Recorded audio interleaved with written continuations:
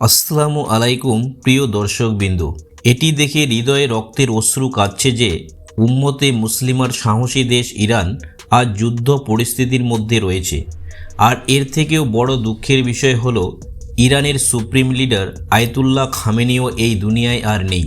এই যুদ্ধ কোনো কারণ ছাড়াই ইসরায়েল এবং আমেরিকা শুরু করেছে, যার সবচেয়ে বড় উদ্দেশ্য হলো ইরানের উপর দখল নেওয়া এবং ইরানকে পারমাণবিক শক্তি হতে না দেওয়া। ইসরায়েল এবং আমেরিকা তাদের 200টি যুদ্ধবিমান দিয়ে ইরানের বিভিন্ন 400টি স্থানে হামলা চালিয়েছে। এতে 200 জনেরও বেশি মানুষ শহীদ হয়েছেন এবং 700 জনেরও বেশি গুরুতর আহত হয়েছেন। এই শহীদের মধ্যে প্রায় 160 জন ছাত্র ছিল, কারণ ইসরায়েলের একটি মিসাইল ইরানের একটি স্কুলে গিয়ে পড়ে, যার ফলে অনেক ছাত্র ঘটনাস্থলেই প্রাণ হারায়। প্রিয় দর্শকবৃন্দ, আমেরিকা তাদের সমস্ত সামরিক শক্তি ইরানের কাছাকাছি জড়ো করে ফেলেছে, যার মধ্যে রয়েছে যুদ্ধবিমান, নৌবহর এবং বিশ্বের সবচেয়ে বড় ইউএসএস এয়ারক্রাফট ক্যারিয়ার জাহাজও ইরানের দিকে রওনা হয়েছে। এই জাহাজটি 2টি নিউক্লিয়ার রিঅ্যাক্টরের সাহায্যে চালানো হয়। এটি বিশ্বের সবচেয়ে ভয়ঙ্কর জাহাজগুলোর মধ্যে একটি, যা আসলে চলমান একটি সামরিক ঘাঁটি। এটি এত বড় যে মানুষ এটি দেখলে অবাক হয়ে যায়। এই জাহাজ একসাথে 90টি যুদ্ধবিমান এবং আধুনিক 5th জেনারেশন বিমান বহন করতে পারে। এই জাহাজ চালাতে প্রায় 4000 মানুষ কাজ করে। এই জাহাজও ইরানকে ধ্বংস করার জন্য সমুদ্রে অবস্থান করছে এবং খুব শীঘ্রই ইরানের উপকূলে পৌঁছে যাবে। প্রিয় দর্শকবৃন্দ, আপনাদের জ্ঞানের জন্য বলে রাখি, আমেরিকা ইতিমধ্যে একটি এয়ারক্রাফট ক্যারিয়ার নৌবহর ইরানের কাছাকাছি উপস্থিত রয়েছে। সেখান থেকেই আমেরিকার যুদ্ধবিমান উড়ে গিয়ে ইরানে বোমাবর্ষণ করে আবার ফিরে আসে। এখন যদি ইউএসএস আব্রাহাম লিঙ্কন এবং ইউএসএস এয়ারক্রাফট ক্যারিয়ার নৌবহর একসাথে পৌঁছে যায়, তাহলে কী ধরনের ধ্বংসযজ্ঞ হতে পারে তা একমাত্র আল্লাহই ভালো জানেন। আমরা শুধু আল্লাহ তাআলার কাছে দোয়া করি তিনি যেন সকল ইরানি মুসলমানদের উপর রহম করেন। প্রিয় বন্ধুরা, অত্যন্ত দুঃখের বিষয় হলো আয়াতুল্লাহ খামেনি, যিনি ইরানের সুপ্রিম লিডার ছিলেন, তিনি আর পৃথিবীতে নেই। তার সঙ্গে তার মেয়ে এবং জামাইকেও শহীদ করা হয়েছে। পুরো ইরানে এখন শোকের পরিবেশ। মানুষ রাস্তায় নেমে এসেছে এবং 40 দিন শোক পালনের ঘোষণা দেওয়া হয়েছে। ইরানের সব পবিত্র স্থানের উপর থেকে ইরানের পতাকা নামিয়ে কালো পতাকা উত্তোলন করা হয়েছে, যা শোকের প্রতীক। ইরান আমেরিকাকে আগে থেকেই হুমকি দিয়েছিল যে যদি আমেরিকা ইরানের উপর হামলা করে তাহলে ইরান সমস্ত আরব দেশে অবস্থিত আমেরিকান বিমান ঘাঁটিগুলোকে লক্ষ্যবস্তু বানাবে। আর ঠিক সেটাই ঘটেছে। যখন আমেরিকা এবং ইসরায়েল ইরানের উপর হামলা চালায়, তখন ইরান সংযুক্ত আরব আমিরাত, সৌদি আরব, কাতার, কুয়েত, বাহরাইন, জর্ডান এবং ইসরায়েলে মিসাইলের বৃষ্টি শুরু করে দেয়। দুবাইয়ে এয়ারপোর্ট ধ্বংস হয়ে যায়। বুর্জ খলিফারও কাছেও মিসাইল পড়ে। এছাড়াও অসংখ্য আমেরিকান বিমান ঘাঁটিও ধ্বংস হয়ে যায়। কিছু মিসাইল আকাশে ধ্বংস করে দেওয়া হয়, যার নিন্দা পাকিস্তান সহ অন্যান্য আরব দেশগুলো করেছে। প্রিয় দর্শকবৃন্দ, এই বিষয়টি পুরো পৃথিবী জানে যে ইরান কোনো দেশকে ভয় পায় না, আর তা সে আরব দেশ হোক বা বিশ্বের সুপার পাওয়ার আমেরিকাই হোক। ইরান ইসরায়েলের বিভিন্ন স্থানে মিসাইল নিক্ষেপ করে, যার ফলে অনেক ইহুদি নিহত হয় এবং অনেক ভবন ধ্বংস হয়ে যায়। আমেরিকা এবং ইসরায়েল শুধুমাত্র নিজেদের শক্তি এবং ক্ষমতার জোরে ইরানকে এত ক্ষতি করছে। এই সময় বিশ্বের অনেক বড় বড় দেশ এটাকে আমেরিকার গুন্ডাগিরি বলে আখ্যা দিয়েছে। চীন এবং রাশিয়াও আমেরিকাকে সন্ত্রাসী বলে উল্লেখ করেছে এবং বলেছে আমেরিকা যা করেছে তা সম্পূর্ণ ভুল এবং আন্তর্জাতিক আইনের বিরোধী।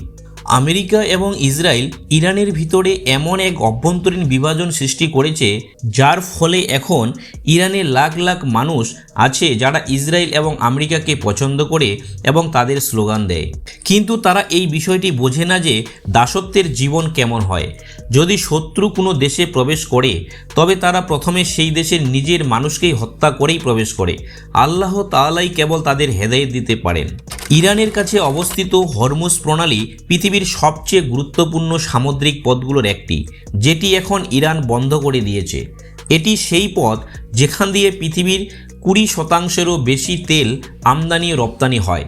এটি বন্ধ হয়ে গেলে ইউরোপ এবং আমেরিকা এবং বিশ্বের সবচেয়ে বড় বড় দেশগুলোতে তেল পৌঁছানো বন্ধ হয়ে যাবে, যার ফলে তেলের দাম আকাশ ছোঁয়া হয়ে যেতে পারে। এটি এশিয়া, ইউরোপ এবং আমেরিকার জন্য একটি প্রধান দরজা, আর আমেরিকা চায় এই পথের উপর সম্পূর্ণ নিয়ন্ত্রণ তার হাতেই থাকুক, কিন্তু ইরান কখনোই তা হতে দেবে না। এই সমুদ্রের একপাশে ইরান এবং অন্য পাশে ওমানের সীমান্ত রয়েছে, তবে এই পুরো অঞ্চলের বেশিরভাগ নিয়ন্ত্রণেই ইরানের হাতে। এই পথ দিয়ে প্রতিদিন প্রায় 20 মিলিয়ন ব্যারেল তেল বিশ্বের বিভিন্ন দেশে যায়। এই সমুদ্রপথের একপাশে রয়েছে সমস্ত আরব দেশ, যার মধ্যে ইরান, সৌদি আরব, সংযুক্ত আরব আমিরাত এবং অন্যান্য দেশ রয়েছে। এই সব দেশের তেল এই পথ দিয়ে পাড়ি দিয়ে ভারতসহ অন্যান্য দেশে পৌঁছায়। প্রিয় দর্শকবৃন্দ, ইরান আমেরিকার নৌবাহিনীর জাহাজ আব্রাহাম লিঙ্কন এর উপরও কিছু মিসাইল নিক্ষেপ করেছিল, কিন্তু সেই জাহাজ নিরাপদ ছিল। আমেরিকার প্রেসিডেন্ট ডোনাল্ড ট্রাম্প একটি কনফারেন্সে বলেছিলেন, যদি আমার কিছু হয়ে যায় তাহলে ইরানকে সম্পূর্ণ ধ্বংস করে দেওয়া হোক। এই বক্তব্যকে ইসরায়েলের প্রেসিডেন্ট বেঞ্জামিন নেতানিয়াহু উদ্ধৃত করেছিলেন। এই মুহূর্তে ইরান ক্রমাগত আরব দেশগুলোতে অবস্থিত আমেরিকান সামরিক ঘাঁটিগুলোর উপর হামলা চালাচ্ছে। এই হামলাগুলো মিসাইল এবং ড্রোনের মাধ্যমে করা হচ্ছে। মনে রাখবেন, এই হামলাগুলোর মধ্যে দুবাই, কাতার এবং কুয়েতের কিছু ভবনেও আগুন লেগে গেছে। এই মুহূর্তে পুরো গালফ অঞ্চলে জরুরি অবস্থা জারি করা হয়েছে। মানুষকে নির্দেশ দেওয়া হয়েছে যেন তারা নিজ নিজ বাড়িতে থাকে অথবা কোনো নিরাপদ স্থানে চলে যায়। দুবাই, কাতার এবং কুয়েতের এয়ারপোর্টগুলোতে হাজার হাজার মানুষ নিজেদের দেশে ফিরে যাওয়ার জন্য জড়ো হয়েছে, কিন্তু সব দেশেই এয়ারপোর্ট বন্ধ হয়ে গেছে। এই মুহূর্তে ইরান, সৌদি আরব, কাতার, দুবাই, বাহরাইন, কুয়েত এবং জর্ডান এই সব দেশ থেকে কোনো বিমান আসা যাওয়া করছে না। প্রিয় দর্শক বিন্দু, ইসরায়েল এবং আমেরিকার এই হামলায় আয়াতুল্লাহ খামেনির পাশাপাশি আরও 10 জন উচ্চ পদস্থ কর্মকর্তা শহীদ হয়েছেন। এই মুহূর্তে লাখ লাখ মানুষ আয়াতুল্লাহ খামেনির শোকে কাঁদছে। শুধু ইরানেই নয়, ইরাক এবং পৃথিবীর যে সমস্ত স্থানে এই সাহসী নেতার অনুসারীরা রয়েছে, সবাই গভীর দুঃখে ভেঙে পড়েছে। পুরো ইরানে 7 দিনের জন্য সম্পূর্ণ ছুটি ঘোষণা করা হয়েছে। ইরান পুরো পৃথিবীর সামনে ঘোষণা করছে যে এখন তারা এমন মিসাইল বের করবে যার ফলে আমেরিকা এবং ইসরায়েল হাঁটু গেড়ে বসতে বাধ্য হবে। চলুন এখন আমি আপনাদের আরব দেশগুলোতে অবস্থিত আমেরিকান এয়ারবেসগুলো সম্পর্কে বলি।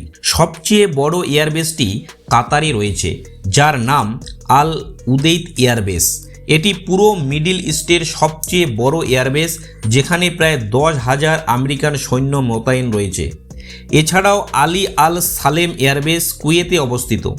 এটি কুয়েতে ইরাক সীমান্তের খুব কাছাকাছি। দুবাইয়ে আল ধাপড়া এয়ারবেস, যা আসলে আবু ধাবিতে অবস্থিত। সৌদি আরবে প্রিন্স সুলতান এয়ারবেস রয়েছে।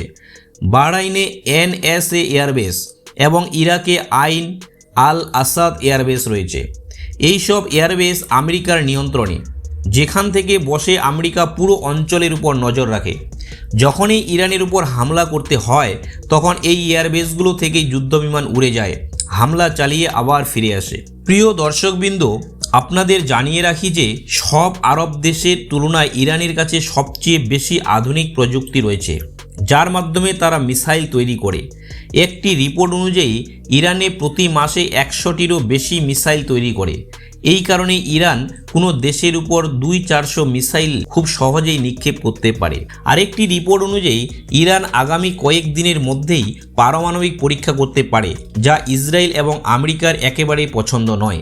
এই যুদ্ধের একটি বড় কারণ হলো ইরানের পারমাণবিক শক্তি হয়ে ওঠার সম্ভাবনা। ইরানের কাছে 6 লক্ষেরও বেশি সেনাবাহিনী রয়েছে, যা বিশ্বের সেনাবাহিনীগুলোর মধ্যে 16তম স্থানে রয়েছে। তবে ইরান মূলত তার বিমান বাহিনীগুলোর দুর্বলতার কারণে ক্ষতিগ্রস্ত হয়, কারণ ইরানের কাছে অত্যন্ত পুরনো যুদ্ধবিমান রয়েছে, যেমন F4, F-14, MiG-29। এই বিমানগুলো বর্তমানে সময়ের আধুনিক যুদ্ধবিমানের সাথে কখনোই সমানভাবে লড়াই করতে পারে না। এই কারণেই আমেরিকা এবং ইসরায়েলের যুদ্ধবিমান সহজেই এসে ইরানে বোমাবর্ষণ করে আবার ফিরে যায়। প্রিয় দর্শকবৃন্দ, এই মুহূর্তে ইসরায়েল ইরানের মিসাইল হামলায় কাঁপছে। ইসরায়েলের মানুষ ভূগর্ভস্থ বাংকারে আশ্রয় নিয়েছে। পুরো ইসরায়েল সতর্কতার সাইরেন বাজছে। গত কয়েকদিনে অনেক ইহুদি নিহত হয়েছে, তবে ইসরায়েলি মিডিয়া এখনও পুরো সত্য দেখাচ্ছে না সেখানে আসল কতটা ক্ষতি হয়েছে। আমেরিকা আরও 40টি যুদ্ধবিমান জর্ডানের এয়ারবেসে পাঠিয়ে দিয়েছে, যা দেখে মনে হচ্ছে একটি বড় যুদ্ধ শুরু হতে যাচ্ছে। আমেরিকা ইতিমধ্যে ইরানের উপর অনেক নিষেধাজ্ঞা আরোপ করেছে, এমনকি তেল উত্তোলনকারী কোম্পানিগুলোকেও ব্ল্যাকলিস্ট করা হয়েছে, যাতে কেউ তাদের কাছ থেকে তেল কিনতে না পারে এবং কেউ ইরানকে তেল সরবরাহ করতে না পারে। এই মুহূর্তে ইরানের মুদ্রা প্রায় ধসে পড়েছে। $1 বিনিময়ে 1 লক্ষ ইরানি রিয়াল পাওয়া যাচ্ছে। মুদ্রাস্ফীতি চরমে পৌঁছে গেছে এবং মানুষ অত্যন্ত কষ্টে রয়েছে, কিন্তু ইরানের মানুষ অত্যন্ত সাহসী। তারা যে কোনো পরিস্থিতিতে নিজেদের প্রতিশোধ নিতে জানে। ইরান কখনোই এমন কোনো চুক্তি করবে না যেখানে তাকে মাথা নত করতে হবে। তাই প্রিয় দর্শকবৃন্দ, এটি ছিল বর্তমান ইরানের পরিস্থিতি নিয়ে একটি ছোট্ট ডকুমেন্টারি। আপনাদের কেমন লাগলো কমেন্টে অবশ্যই জানাবেন। তাহলে দেখা হবে পরবর্তী ভিডিওতে। আল্লাহ হাফেজ।